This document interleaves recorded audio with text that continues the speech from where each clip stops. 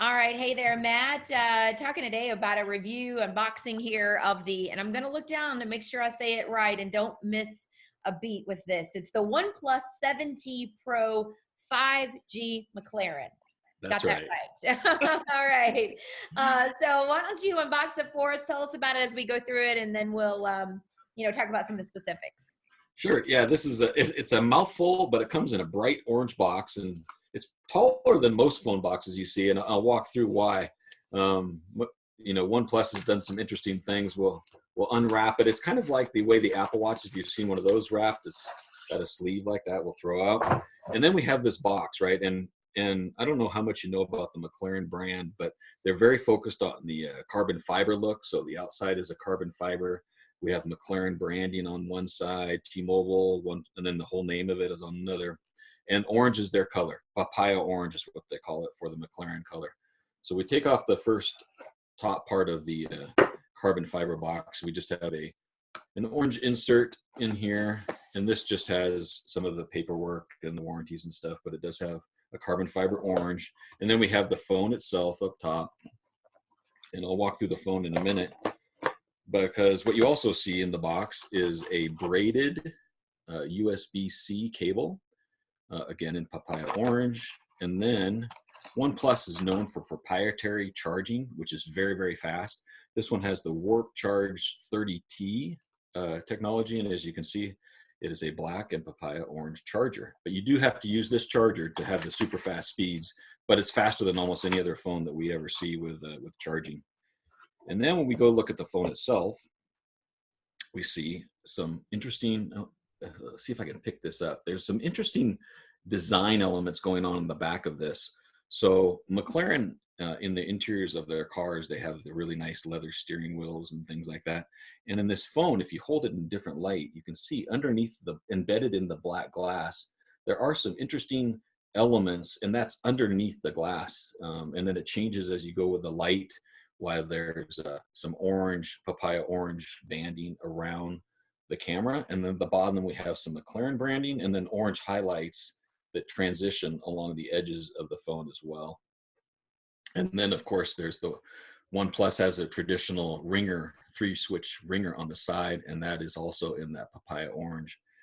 So again, what we've mentioned before, there are both hardware and software elements of McLaren on this phone. There's launch animations, there's some sounds from McLaren, there's orange highlights. You can have, when notifications come in, orange lights will flash along the side of the curved display. So there's a bunch of that going on. But one of the reasons I actually purchased this one myself, it's available only on T-Mobile currently in the US for $899.99. But the reason I purchased this is a 5G phone.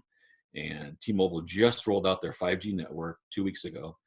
And being that I'm a T-Mobile customer and a OnePlus fan, I'm like, okay, I've got to just buy this and see what 5G is like, right? I mean, is it really here? Is it really there? Now, I wrote in my article, and we have to be clear, it wasn't clear to me a couple years ago, but 5G is currently rolling out in 3 different bands, right? There's the low band, mid band, and high band. And we've all kind of been focused on the high band, the wave technology, which is what Verizon primarily advertises when we see their 5G networks. It's very limited cities right now because it requires a lot of infrastructure and things. T-Mobile started out with the low band 5G. Now, they were able to turn the switch and then launch it on 200 million customers, I believe, around the US. And it's in the lower frequency. So what this low band does is it reaches interior buildings. It's got a wider spread. It's got miles and miles of coverage rather than the line of sight with the high band. So what I'm seeing is 5G just about everywhere I go. It's really cool to see the icon of 5G, but I'm not seeing the massive speeds. I'm seeing the broader coverage of 5G. In areas where my 4G was hit or miss, I'm now seeing actually pretty strong 5G signal. Now, to be honest though, the speeds actually are 20 to 30 or 40% faster. So it's not the blazing triple speeds that we think of 5G, but broader coverage and more solid speeds is fine with me. And then you get this, great phone with the triple cameras. And this thing is a beast. It has 12 gigs of RAM, 256 gigabytes of internal storage. 4,000 plus milliampere battery, super fast charging, 6.6-inch display. I mean, it is a beast of a phone. Plus, it comes with a whole 5G network support as well. And so you really did notice a big difference. I mean, how big? Or it's hard to say, but see, Well, what I've done is I've taken a T-Mobile SIM in a OnePlus 7T, which is also sold on T-Mobile as a 4G phone.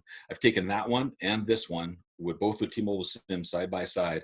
I'll measure something like, say it's like 30 megabits per second on the OnePlus 7T. I'll measure double that. Now I'm always seeing, if one says 30, I'll see the other one say 40 or more, but I often see double. So it's definitely, I'm definitely seeing faster speeds. I'm just not seeing what people advertise as 5G is the same as, your internet at home. Not quite there, but if you're giving me broader coverage right now, that's appreciated. So yeah, absolutely it is. Well, after all of the hype, we're all expecting just the we're most. getting there. We're getting there, right? You got to take some steps, right? It's baby steps.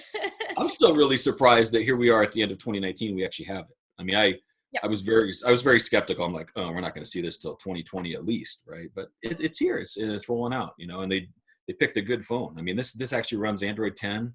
OnePlus is great for the software updates. I mean, and being $900, it's still less than the high end iPhone and the high end Samsung Note Plus, So. And did you touch on a little bit, just out of curiosity, so many people concerned with cameras and quality and all of that good stuff, but same thing on this one as far as you pleased with the quality of their pictures and that kind of thing? Yeah, so they have triple cameras on the back. I think the biggest one is a 48 megapixel. They have the wide angle. They have all of the things we're seeing on the flagships. Now, if you're in the high end photography and do a comparison, I think the iPhone and the Samsung is going to give you a better photo. But I was kind of looking around at what I do. I share it on social media and things like that. I'm getting great photos out of this. This actually has one unique feature. It has a macro mode that allows you to get within 2.5 centimeters of your subject. So you get really, really close-up shots. Oh, and one thing I forgot to tell you is it's hard. I don't know if I can show it, but I've been using this phone to watch movies because it has almost zero bezels on it. And the reason they're able to do that, I launch the camera here. If I do a front-facing camera, might see the camera pop up. It pops up from the top so that you get a full screen. So I've been using it for movies because there's Oh, zero bezel anywhere, mhm. Yeah, that's cool. Okay, that's a neat feature. And it's kind of interesting. It's got some accelerometers in it. So if you drop the phone, the camera will recognize that drop and shut that camera so it doesn't break off. So it's got some pretty Uh-huh. cool. I don't know that I want a picture taken up that close of I like a little bit of room there, but yeah, but that would be great though for watching movies and that kind of thing. So all in all, it sounds like, Matt, you're definitely very pleased with the purchase. I am so far. Absolutely. Yeah. All right, all in all, sounds pretty good. Did that cover it? Anything we forgot? Actually, there is something I forgot because this every other OnePlus that I've ever gotten in the past always came with a case in the box. So I opened this all up, took it all out, put my T-Mobile SIM in there. I'm like, what? I spent $900 for a McLaren edition with no case. I go on the website and they show a case. So watch this. I would never have thought of this. The bottom of the box comes out. And then what you do, I had to go to the website to find this. I hope people don't throw their box away because then when you open it up, there's actually an extremely nice leather and carbon fiber case that is beautiful. And when you I put it hope on the phone, I hope people don't throw that away. I tried to update my review and say, please don't throw your box away. There's something hidden in one of the compartments. And it's a really nice case. That is great. Yeah. Yeah, that could easily be thrown away. That's a nice little surprise for somebody there. You should probably put a warning. Open up the bottom of the box or something on there. Right, because you knew to look for it, but somebody that maybe this is their first time purchasing, they wouldn't know that Wouldn't that's have any idea. Yeah. typically comes with it. Yeah, nice little surprise there. All right, so again, just to wrap then, Matt, it seems like overall, you're definitely pleased with the device and what's come with it. Yep. It provides, long battery life and great coverage. So appreciate it. All right, thank you.